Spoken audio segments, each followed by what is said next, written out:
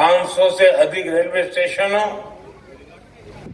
माननीय राज्यपाल श्री, माननीय मुख्यमंत्रीगण, केंद्र और राज्य सरकारों के मंत्रीगण അമൃത് ഭാരത് പദ്ധതിയിൽ ഉൾപ്പെടുത്തി ആദ്യഘട്ട വികസനം പൂർത്തിയാക്കിയ കുറ്റിപ്പുറം റെയിൽവേ സ്റ്റേഷൻ പ്രധാനമന്ത്രി നാടിന് സമർപ്പിച്ചു.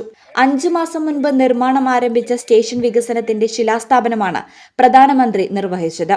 തൃശൂർ, പാലക്കാട്, മലപ്പുറം ജില്ലകളിലെ യാത്രക്കാർ ആശ്രയിക്കുന്ന കുറ്റിപ്പുറം സ്റ്റേഷനിൽ ആദ്യഘട്ടത്തിൽ 9 കോടിയിലേറെ രൂപ ചിലവിട്ടാണ് നവീകരണം നടത്തിയത്. 1.5 നൂറ്റാണ്ട് പിന്നിട്ട സ്റ്റേഷനിൽ ചരിത്രത്തിലെ ഏറ്റവും വലിയ വികസനമാണ് നടക്കുന്നത്. സ്റ്റേഷനിലെ 2ാം ഘട്ട വികസനം ഉടൻ ആരംഭിക്കും.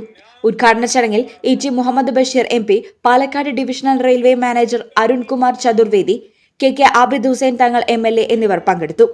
വിദ്യാർത്ഥികൾ അടക്കമുള്ളവരുടെ വിവിധ കലാപരിപാടികൾ നടന്നു. ജില്ലയിൽ നിലമ്പൂർ, അങ്ങാടിപ്പുറം സ്റ്റേഷനുകളിലും ഉദ്ഘാടന ചടങ്ങുകൾ നടന്നു. News bureau, Kuttippuram.